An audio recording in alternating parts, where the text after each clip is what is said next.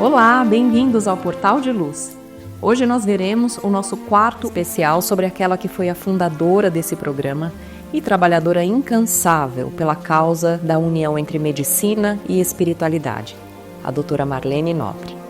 A contribuição da doutora Marlene para a doutrina espírita colaborou para a criação de uma conexão consistente entre ciência e religião, dentro e fora do nosso país. Através das suas palestras inesquecíveis, das suas aulas, dos livros que foram baseados no estudo aprofundado da obra de André Luiz, ela trouxe luz e conhecimento, fortalecendo a fé de quem a ouvia e auxiliando na criação de um novo paradigma médico-espírita. As suas publicações foram inclusive traduzidas para diversos idiomas. E nós vamos agora conferir mais vídeos inéditos e de importância histórica mostrando o trabalho da doutora Marlene.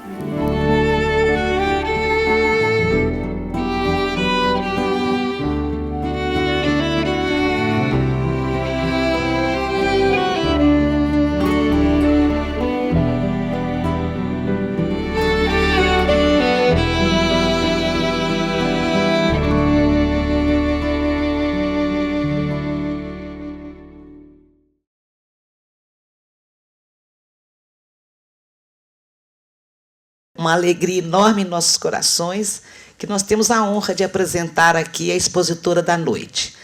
A doutora Marlene Nobre é presidente da Associação Médico Espírita do Brasil e veio de São Paulo para nos ofertar uma belíssima palestra sobre a interação entre os dois planos da vida e a obra de Chico Xavier e Kardec.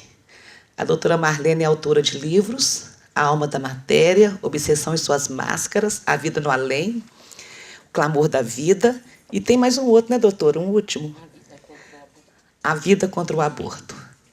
Ela vai falar para nós sobre a relação entre a obra de Kardec e Chico, e nós vamos ter a honra de ouvi-la agora. Muito boa noite a todos. Cumprimento a querida mesa diretora dos trabalhos, na pessoa do nosso caro amigo Honório Abreu, incluindo todos os corações queridos que compõem a mesa diretora. Muito obrigada pela presença de todos. É com enorme alegria que nós voltamos a Pedro Leopoldo para relembrar um bocadinho a obra de Chico Xavier, desta vez fazendo menção também à obra de Kardec, verificando qual é a imbricação, qual é a harmonia que existe entre essas obras magníficas, para que cheguemos a alguma conclusão quanto ao programa da espiritualidade superior a respeito da humanidade, a respeito de nós mesmos. Vamos, então, à nossa palestra, relembrando que Kardec foi o homem que revolucionou as relações entre os mundos. Nem precisaria ser de outra forma a nossa colocação, porque nós sabemos que, antes de Kardec, nada havia no setor científico a respeito da vida do outro lado. mas vamos analisando o que aconteceu no século XIX com a vinda de Allan Kardec. Foi a introdução do método experimental e a circunscrição dos fatos. Isto foi introduzido especialmente na obra de Darwin e Wallace, ao nos trazerem a teoria da evolução das espécies. Ambos apresentaram na Sociedade Real de Londres esta teoria, baseada em um método experimental sui generis, onde, pela análise dos fatos, eles chegaram a conclusões importantíssimas para nós no que tange à evolução das espécies. Era a matéria, nesse caso, como objeto da ciência. Interessante porque à esquerda nós temos Alfred Russel Wallace e à direita Darwin. O que é interessante é que Alfred Russel Wallace, um dos coautores da teoria da evolução das espécies, trabalhou com Sir William Crookes nas famosas sessões de materialização, em que o espírito Kate King materializou-se além de 2 anos, sob a tutela do plano espiritual que comandou essas reuniões a partir da mediunidade de Florence Cook. E foi realmente algo que marcou profundamente a ciência, porque William Crookes, como nós sabemos, descobriu o talho, foi o autor de experiências fundamentais para a ciência, e Wallace apresentou-se como coautor da teoria da evolução das espécies.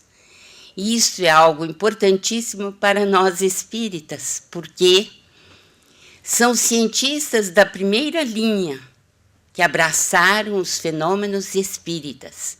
E mais importante ainda, eles se confessaram absolutamente convencidos da vida do outro lado.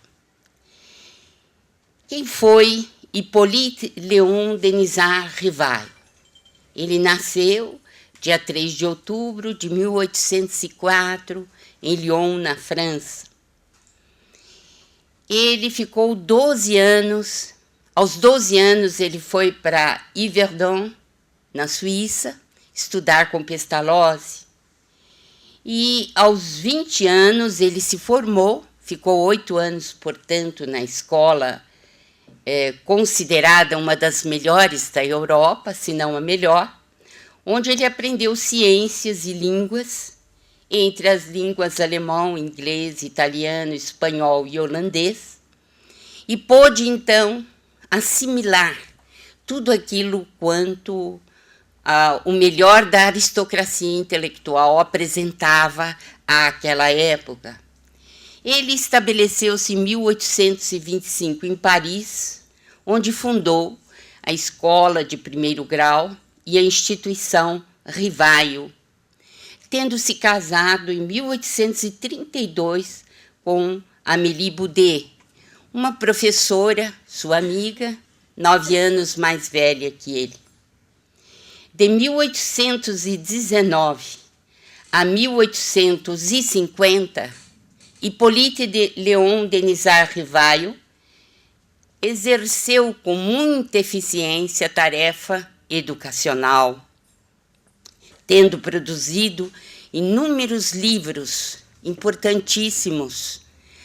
E, por incrível que pareça, um deles, utilizado na França até o presente momento por aqueles que se candidatam às escolas, à penetração nas universidades. Tal a influência do futuro Allan Kardec. Quando nós acompanhamos com interesse o surgimento do Espiritismo, é impossível deixar para trás aquilo que foram os primórdios desta doutrina de luz. Na verdade, o espiritualismo moderno, como foi conhecido nos Estados Unidos, antecedeu o surgimento da doutrina espírita propriamente dita. Foi no dia 31 de março de 1848, quando as irmãs Fox, pela primeira vez, estabeleceram um contato com o mundo espiritual. De que maneira? Elas colocaram o abecedário e, através de uma convenção, quer dizer, algumas pancadas que eram dadas pelo espírito, foi possível fazer a chamada telegrafia espiritual e eles puderam receber uma mensagem diretamente do mundo espiritual através dessas pancadas. Interessante essa telegrafia. Estava estabelecida a relação entre os dois mundos de uma forma mais direta. E vejam o que Andrew Jackson Davis escreveu no seu diário, exatamente no dia 31 de março de 1848, quando as irmãs Fox estabeleciam pela primeira vez a ligação com o mundo espiritual. Esta madrugada, um sopro quente passou pela minha face e ouvi uma voz suave e forte dizer: irmão, um bom trabalho foi começado. Olha, surgiu uma demonstração viva. Vejam vocês as peculiaridades da mediunidade, porque Davis foi um dos mais importantes médiuns nos Estados Unidos e da sua atividade como tal surgiu uma fundação, uma estaca para o espiritualismo moderno. E vejam que no mesmo dia das irmãs Fox, ele nos apresenta esta dádiva, esta inspiração divina. Bem, vejamos agora o surgimento do apóstolo da renovação humana, segundo Emmanuel, em uma bela mensagem através de Chico Xavier. Em 1854, portanto, Allan Kardec estava completando 50 anos, ele recebeu um convite do Sr. Fortier para que ele participasse das mesas girantes, que era uma verdadeira febre, né, na sociedade parisiense e em outros locais do mundo. Mesas que giravam, que falavam sem nenhuma interferência humana propriamente dita.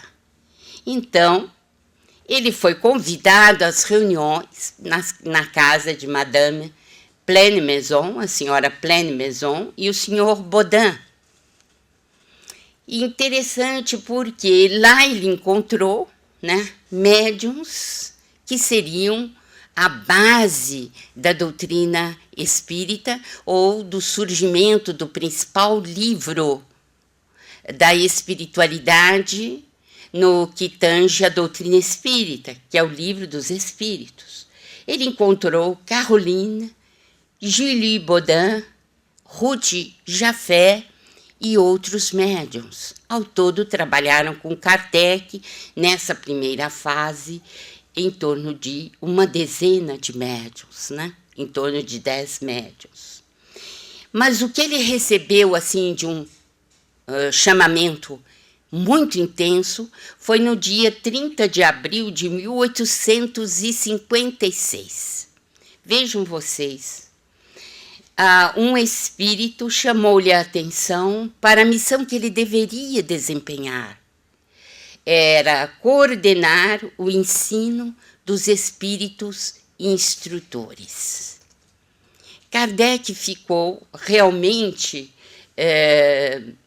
um tanto quanto abalado, por assim dizer, porque não se sentia à altura de uma tarefa tão grande, já que se apresentava com um desdobramento muito interessante pela frente.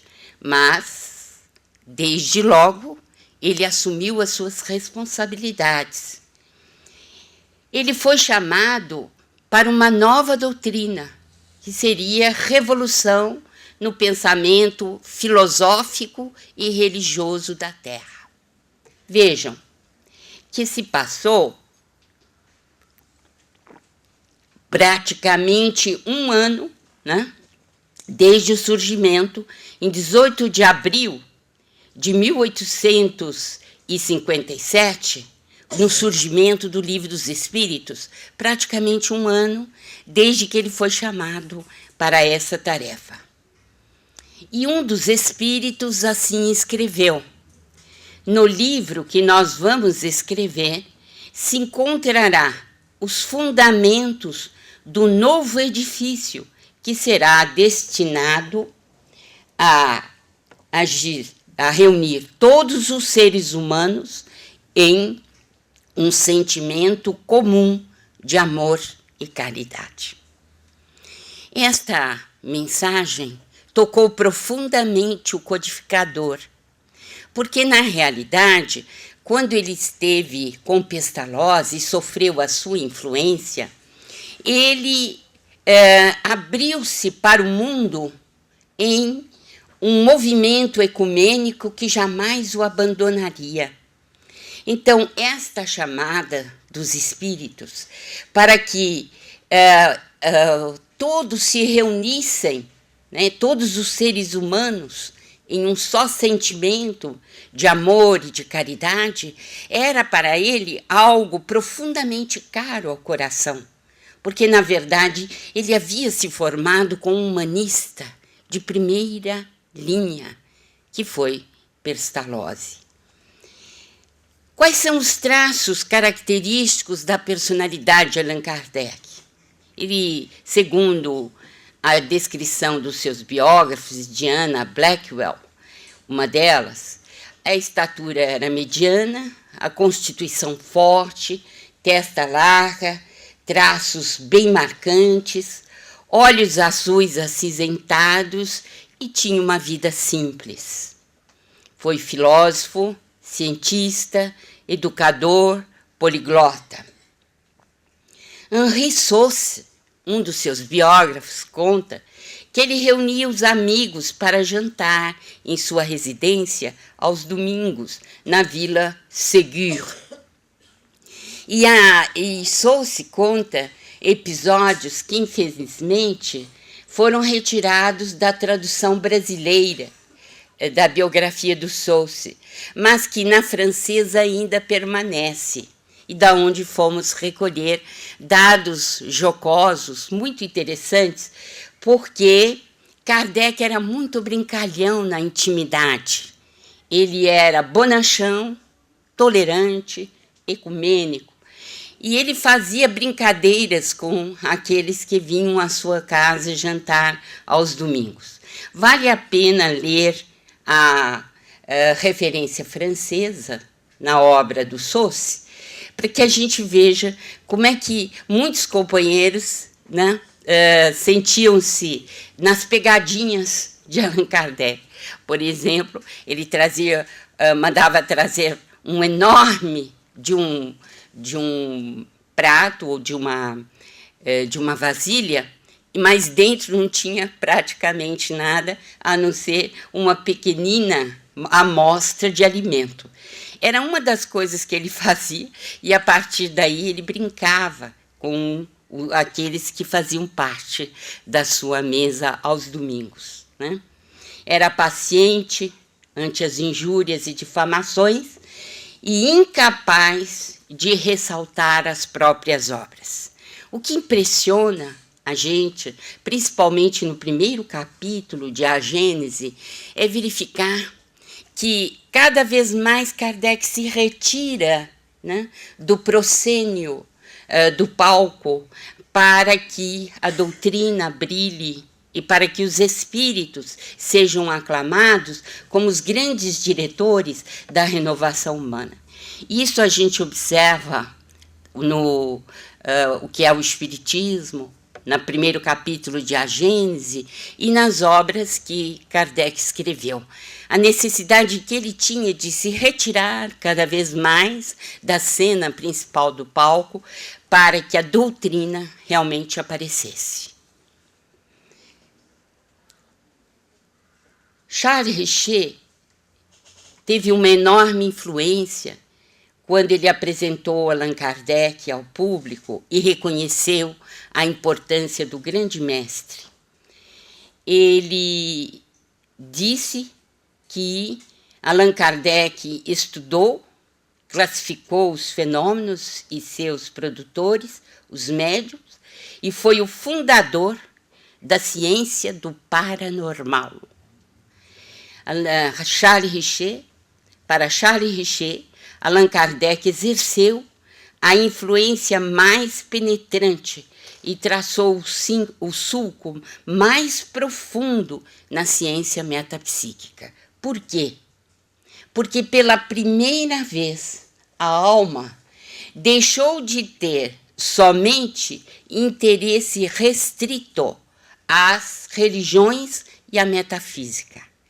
Pela primeira vez ele introduziu o método dedutivo, então, já em moda pelos tratados científicos que se apresentaram, porque, pela primeira vez, a humanidade pôde observar a alma não de um ponto de vista meramente religioso, que era um tanto quanto nebuloso, para penetrar realmente naquilo que é mais importante, a individualidade da alma e a sua possibilidade de comunicação com os chamados vivos.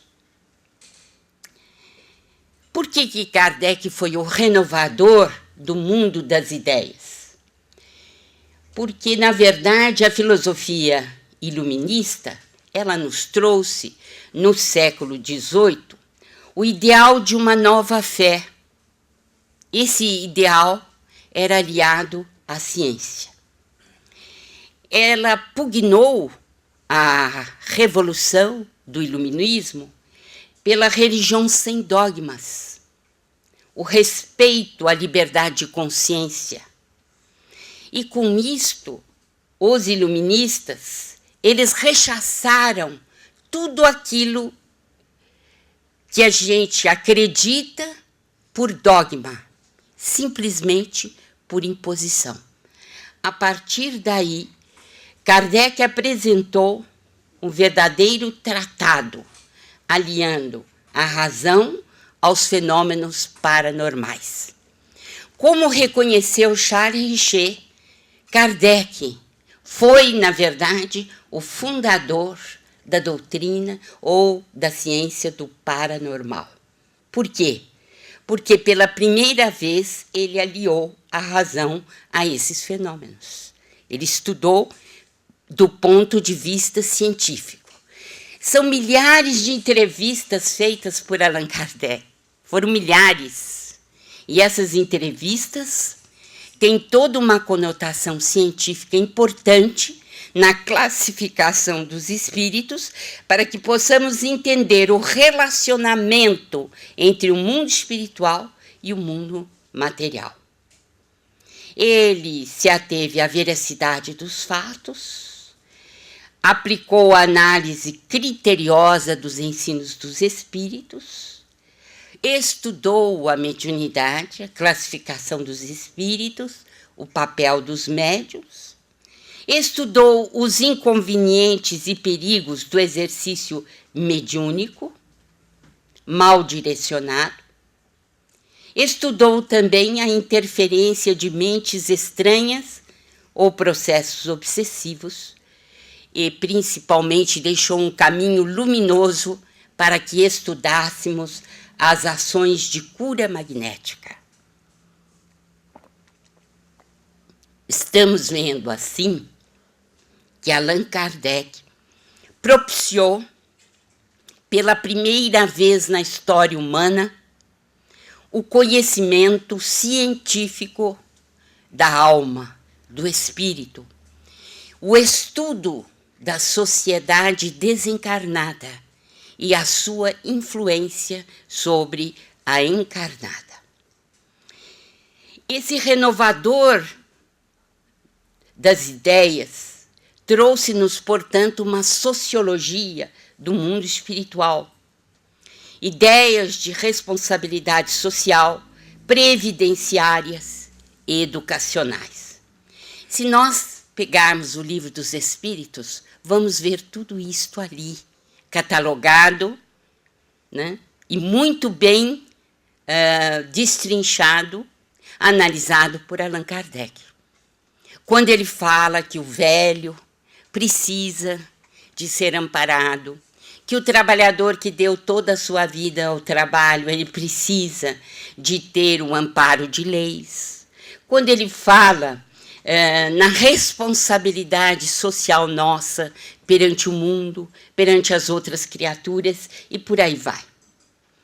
Ele nos trouxe também um novo conceito de reencarnação. Por que ele trouxe esse novo conceito de reencarnação para o Ocidente? Por quê? Qual a razão? Se vocês assistirem um filme, né, este filme é de influência hindu, vocês vão ver que há referências de que a gente pode voltar numa formiguinha, numa abelha, num cachorro, né? E então é um fenômeno de metempsicose. Você, em vidas posteriores, você poderia voltar, né, numa situação de animalidade inferior. O que Kardec coloca? Por que ele renovou para o Ocidente o conceito de reencarnação? Uma das renovações foi essa. Você não pode retrogradar, né? Nós não podemos voltar na condição de animais ou de insetos, ou seja lá o que for, porque já ultrapassamos essa qualidade, principalmente no que tange ao desenvolvimento do perispírito. Então não podemos regressar. Daí nós estamos dizendo que é um novo conceito de reencarnação, muito mais palatável, né? Mais fácil de ser entendido, porque é impossível pensar como filmes norte-americanos que se baseiam no conceito de reencarnação dos hindus e apresentam, por exemplo, a volta do homem na condição de um cachorro dentro do próprio lar, né? O que para nós realmente é um verdadeiro absurdo. O que aprendemos também com o Kardec é o livre-arbítrio nas causas e determinismo dos efeitos. Então, a colheita, né, é obrigatória, a semeadura é livre, né? Então, é a mesma coisa que dizer, você tem liberdade? Tem. Você tem liberdade para tudo. Mas prepare o lombo, porque você vai receber de volta. Não é? Então, o que nós aprendemos com ele, se não isso? A necessidade de prestarmos atenção naquilo que atiramos na direção do mundo, porque vamos receber, sem dúvida nenhuma. O funcionamento da lei de causalidade ou kármica, a escolha de prioridades, alterações no código ético, rede de direcionamento nos esforços da ciência. Este grande renovador trouxe-nos esta possibilidade de adentrar caminhos, de apontá-los e dizer, como de fato disse, que por estudar o espírito, todas as ciências tinham relação com o espiritismo. E é o que nós verificamos na prática. Estou mais ligada à saúde e espiritualidade, mas sem dúvida, se tomarmos qualquer profissão de qualquer um de nós aqui presente, poderemos dizer tranquilamente que estaremos sofrendo a influência desse conhecimento dentro da própria profissão, da nossa própria formação e da nossa aplicação dos conhecimentos. Porque se o espírito é prioritário, se é ele quem comanda o corpo, se é ele quem dirige a nossa vida, sem dúvida, a modificação em todos os conceitos humanos mudou e vai mudar. Kardec importou-se, sobretudo, com a educação moral. O processo educacional para Allan Kardec é um instrumento para o autoconhecimento. E isto, Pestalozzi, que está ali à direita, né, seu grande mestre, já o encaminhara com todos os conhecimentos para essa conclusão. Por quê? Porque a educação intelectual, ela apenas informa você, informa os nossos filhos, informa as criaturas. Mas a educação moral, segundo Allan Kardec, é a arte de moldar caracteres, de formar pessoas, de formar a personalidade. Então, a verdadeira educação, ela transfixa tudo aquilo que nós conhecemos apenas e tão somente como rigor intelectual. Ela transcende, ela vai em frente e diz-nos que a educação moral é mais importante, porque ela forma o caráter do indivíduo. E nisso o Espiritismo é imbatível, porque realmente nos leva ao autoconhecimento, à renovação espiritual e à necessidade contínua da reforma íntima. Rousseau e Pestalozzi tiveram esta influência sobre Kardec por insistirem no combate às más tendências, que foi realmente algo que influenciou muitos escritos do codificador. Tanto que ele escreveu uma frase notável no Evangelho segundo o Espiritismo: reconhece-se o verdadeiro espírita por sua transformação moral, pelos esforços que faça em vencer as suas más inclinações. A moral do Cristo é a moral espírita. A ausência de hierarquia e rituais, não aceita dogmas. Cristo não é mito, é roteiro para a felicidade real. Jesus é o guia e modelo da humanidade. Com ele aprendemos o amor aos inimigos, a dar de graça o que de graça recebemos, a lutar contra o egoísmo, porque é difícil desenraizar-se esse egoísmo das nossas personalidades. Quanto mais próximo dos animais nós estamos, mais egoístas somos. Então, a humanidade, nós, aqui na Terra, segundo André Luiz, 3/4 partes ainda não atingiu a média 5 numa escala de 1 a 10. Daí a necessidade muito grande de peneira, de mudança, de seleção que está se dando justamente nesse período que estamos vivendo, que é o período de transição mais importante da humanidade. Então, a humildade, na verdade, é acompanhada da caridade, da abnegação, são o ideal, a meta a ser atingida. E isto ressuma de todo o ensinamento que aprendemos segundo Allan Kardec. Hoje, quando nós vemos o Código da Vinci, né, e o livro ou o filme, nós nos perguntamos, né, o que a humanidade realmente deseja? Ela quer um Cristo mais perto dela. Muito bem, até aí é legítimo. Porque durante milênios, através de esforços religiosos, Cristo foi afastado da nossa convivência porque o colocamos como Deus. E ele nunca reivindicou essa posição. Como é que ele poderia ser Deus se ele é o diretor do planeta Terra?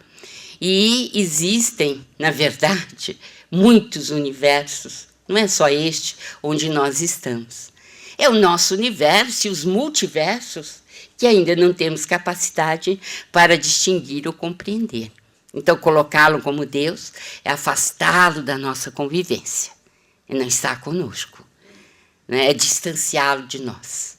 Mas ele também não é homem, no sentido do egoísmo, da vaidade, da presunção, da animalidade inferior.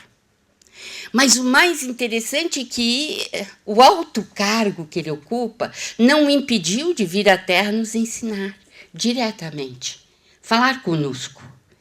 Então, que Cristo é esse? Quem é esse mestre? É o guia, é o modelo da humanidade, que não é Deus, mas também não é homem comum, sujeito a mudanças, porque, como ele disse, né, brilhantemente, eu e o Pai somos um. Mas por quê? Porque ele faz a vontade do Pai Celestial.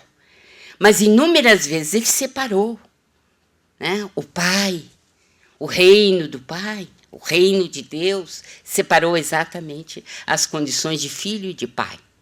Mais que isso ainda, né, Jesus, embora a sua condição totalmente diferente, as curas extraordinárias que fez, o entendimento de todos os seres humanos e se mostrar uma pessoa diferente, ele jamais deixou-nos órfãos em nenhum momento, porque ele se aproximou de nós em tudo, né? Então, existe alguma razão para filmes e livros como o Código da Vinci? Se nós pensarmos bem, existe porque a humanidade ficou com um conceito diferente de Jesus. Procuramos afastar o mestre demais da nossa companhia. Ele nunca esteve separado de nós. Ele conhece exatamente todos que nós somos. Do jeito que nós somos, todos que aqui habitam. Conhece todos. Está junto conosco. Mas ele não é igual a nós. E nem poderia ser. Mas ele indicou o caminho para seguirmos e para estarmos com ele. Então, é interessante a gente se ater, aproveitar que esses assuntos venham à baila, para que a gente cerre fileiras em torno do Cristo renovador, daquele que nos ensinou o caminho do Pai. E, a partir daí, coloquemos as lições dele em funcionamento, em exercício, e que possamos vivê-las, essas lições, com o máximo de amor que podemos. Ele foi casado? Não foi. É claro que não foi. Se nós pegarmos uma excelente obra, Boa Nova, do nosso querido Chico, vamos ver no capítulo 20, no capítulo 22, né? O relacionamento de Jesus com Maria de Magdala, coisa extraordinária.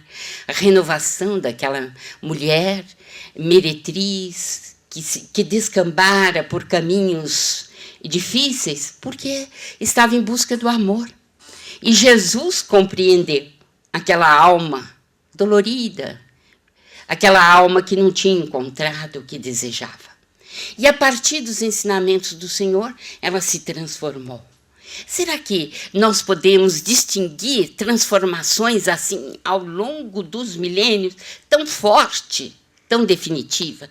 São poucos os exemplos. Talvez a gente não saiba muitos, mas o de Paulo de Tarso e de Maria de Magdala são indiscutíveis, a ponto de, depois da morte do Cristo, ela que foi a mensageira da ressurreição, numa magnífica página de Humberto de Campos, no capítulo 22, quando ela foi receber, ver o Cristo naquela madrugada, com saudade dele, tinha acabado de desencarnar, estava ali naquele horto, a pedra tinha sido rolada, não estava mais no túmulo, mas quando ela ouviu Maria, ela compreendeu, era o Senhor.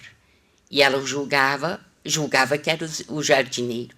E quem foi que levou a mensagem da ressurreição? Foi Maria de Magdala.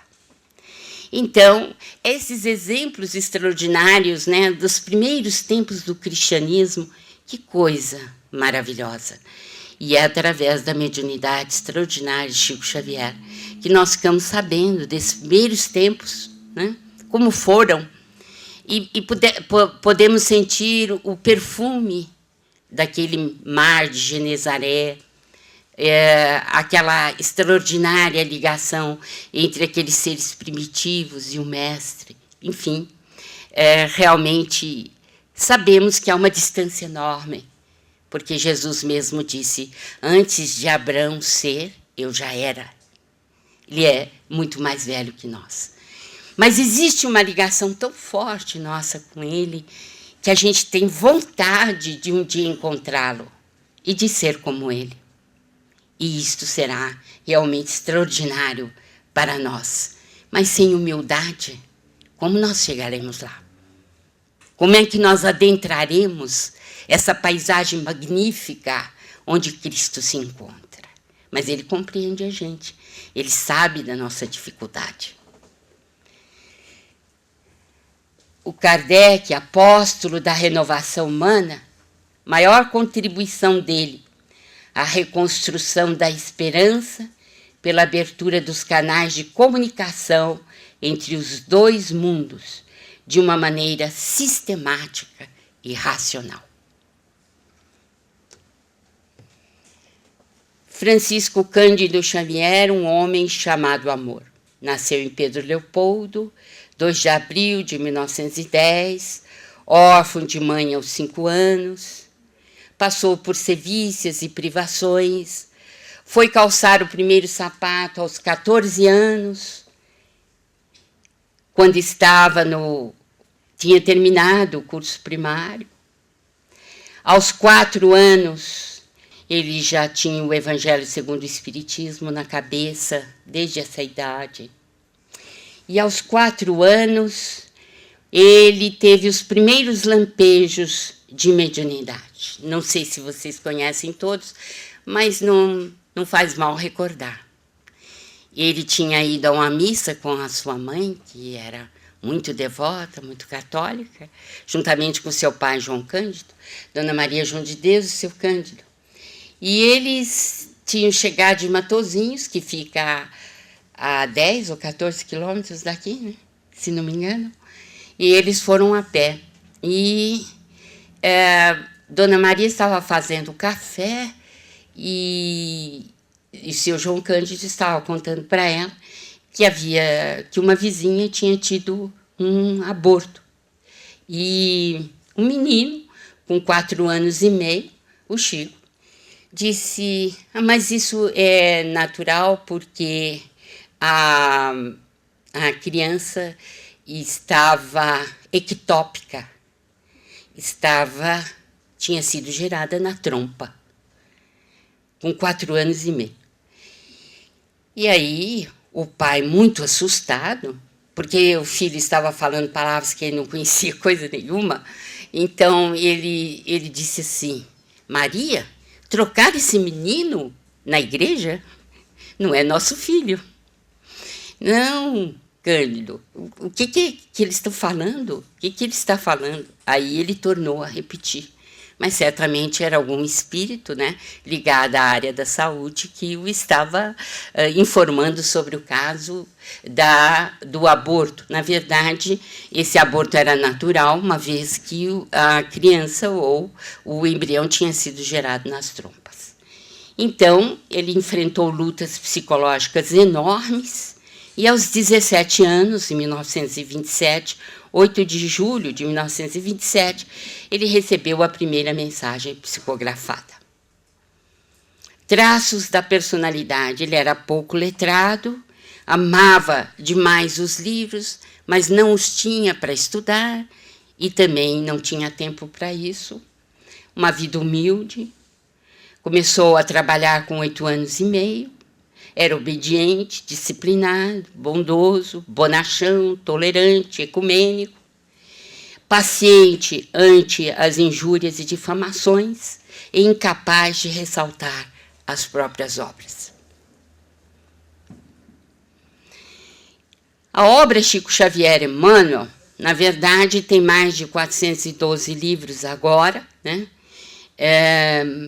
Mas estabeleceu de maneira definitiva a ponte entre os dois mundos, conforme iniciara Allan Kardec, em uma sintonia muito grande com a codificação, né? 30 livros em braille. Essa obra está traduzida para 33 línguas, em algumas delas, evidentemente. São 30 milhões de obras vendidas até 2004, quando nós fizemos essa estatística. Só de Nosso Lar, 1,5 milhão. E a doação integral das obras, integral às obras de caridade. Na obra Chico Xavier Emmanuel, nós vamos ver várias mediunidades do médium, né? De efeitos físicos, clarividência, audiência, xenoglossia, xenopsicografia. Aqui mesmo em Pedro Leopoldo, né? Talvez vocês saibam melhor que eu, mas comunicou-se em luxemburguês, né? Um amigo do Dr. Rômulo Joviano, que havia falecido na guerra, se não me engano, né? E que trouxe essa mensagem psicografada, entre outras, né? Psicografou em italiano, em inglês, várias delas, inclusive mensagens especulares, e também essa coisa, até em sânscrito ele psicografou, né? Que é uma língua morta. Trouxe-nos essas obras, essas mensagens em inglês, italiano, alemão, grego, sânscrito, hebraico, etc. E romances históricos, né? Poetas, literatos, todos eles redivivos. Vocês sabem que a primeira obra surgiu em 1932, foi Parnaso de Além Túmulo, né? Uma extraordinária obra comentada por todos os literatos do Brasil, que diziam sempre: se Chico Xavier for o autor dessas poesias, ele é digno de uma Academia Brasileira de Letras, né? E o Dr. Elias Barbosa apresentou um estudo extraordinariamente bem feito quando fez 50 anos da publicação do Parnaso, e editada e publicada pela Federação Espírita Brasileira. Quem se interessar, vale a pena olhar e ver a extensão da mediunidade de Chico Xavier. E a coleção André Luiz, na antecipação de verdades científicas, na verdade, Chico teve mais de 600 autores, acredito muito mais que isso, porque entre as mensagens recebidas para familiares, nós não conseguimos coletar todas, né? Só para fazer um livro meu, Nossa Vida no Além, consultei 135 livros do Chico. Para vocês terem uma ideia, né, da comunicação com os familiares. Agora, vejam bem, quantas mensagens devem ter se escapado ao longo desses anos, né, e que dariam muito mais livros. Então, nós estamos colocando 600 autores, mas certamente a quantia é maior. Nós fizemos um estudo no livro A Vida Triunfa, que foi uma parceria entre a Folha Espírita e a Associação Médico Espírita São Paulo, né? Foram perto de 200 questionários feitos com as famílias daqueles que receberam mensagem de Chico Xavier. Mas nós publicamos somente 45 casos, né? E Chico começou a receber as mensagens dos familiares após 40 anos de mediunidade, porque, segundo ele que nos informou, para receber mensagens de familiares é preciso um grande exercício da mediunidade, um longo tempo, para que haja assim, bastante autenticidade na recepção dessas mensagens, né? Ele nos informa sobre a continuidade da vida física, descrição da morte, o processo do morrer, a travessia, a adaptação além túmulo, a recepção de parentes e amigos desencarnados e a repercussão dos pensamentos dos encarnados sobre os desencarnados e vice-versa. Então, a relação entre os dois mundos na obra de Chico Xavier, ela é mais penetrante, ela é bem mais consistente, porque houve mais tempo na recepção dessas mensagens ao longo de um processo de desenvolvimento, de mediunidade bastante interessante e que demorou praticamente 75 anos. Na Vida Triunfa, vocês vão encontrar uma linguagem própria das cartas, né? A preservação dos bancos de memória do espírito desencarnado, o incentivo ao trabalho no bem, relatos da vida espiritual, cidades e atividades, e o mais incrível, né? 100% de acerto nas mensagens recebidas, sendo que elas nos trazem consolação e sustento da fé. Em nenhuma delas a gente encontra, por assim dizer, assuntos que são triviais ou que não são moralmente aceitos. De modo que, em tudo isso, a gente vê a supervisão de Emmanuel, realmente criteriosa, e, sobretudo, a importância da forma como foi recebida por Chico Xavier.